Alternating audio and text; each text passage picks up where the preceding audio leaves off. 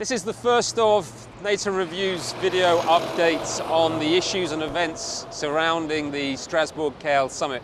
We'll try to show you some of the preparations that have been going on and some of the things happening on the periphery.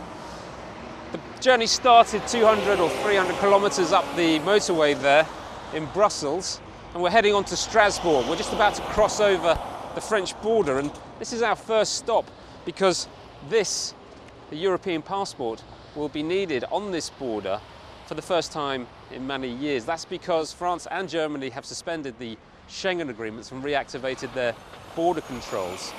This is a measure against potential movement of terrorists. So that's stage one. And now we're going to move on to Strasbourg.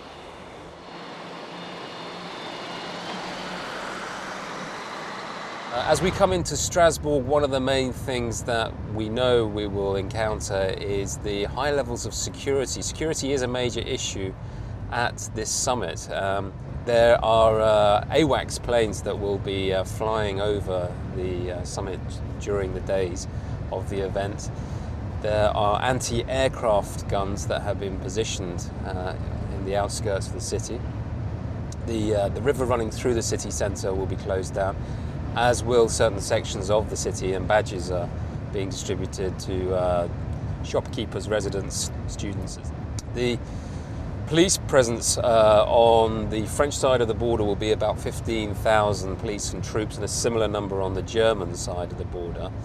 Why all of this and why is it necessary? Well, one of the key reasons is that there will be an estimated 20 to 50,000 protesters who will be attending the summit and the events around the summit, and clearly most of those protesters can be expected to be peaceful ones, but there's no guarantee that that will be the case until the end.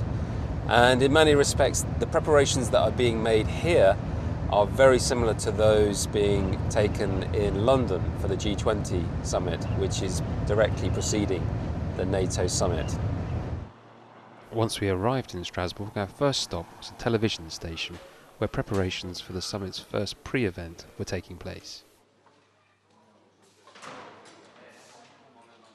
This is the night before the day after of the Youth Summit, which is an event which looks to the future of NATO. This is a rehearsal for what will be happening tomorrow, where the NATO Secretary General will also be speaking, and there will be 350 international students and young professionals from 57 different nations who will be debating the way forward for NATO to the year 2020. The event, which will be attended by leading journalists from the Financial Times and The Economist, as well as academics and philosophers, will be one of the main subjects of tomorrow's NATO Review video update.